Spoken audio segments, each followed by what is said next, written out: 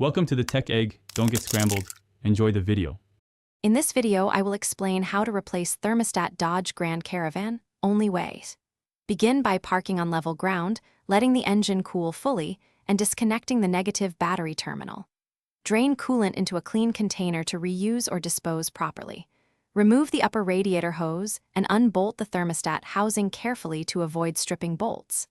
Clean the mating surfaces, install the new thermostat with correct orientation, replace gasket, reassemble, refill coolant, and bleed the system.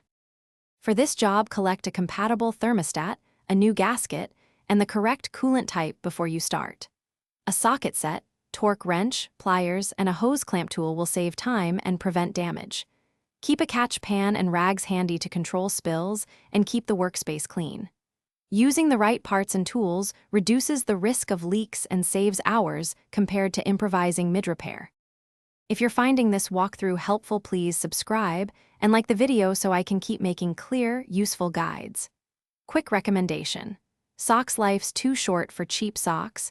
Go darn tough with a lifetime warranty link in description because solid socks beat cold toes after greasy hands. Check the description for the link and other deals. Then now let's get back to the video.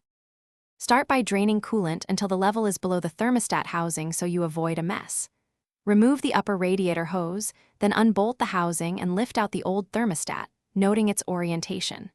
Scrape and clean the mating surfaces, position the new thermostat and gasket, then tighten housing bolts to manufacturer torque. Reconnect the hose, refill with coolant, run the engine to circulate, and check for leaks while bleeding air pockets. Thanks for watching. Consider subscribing if I helped unscramble your problems.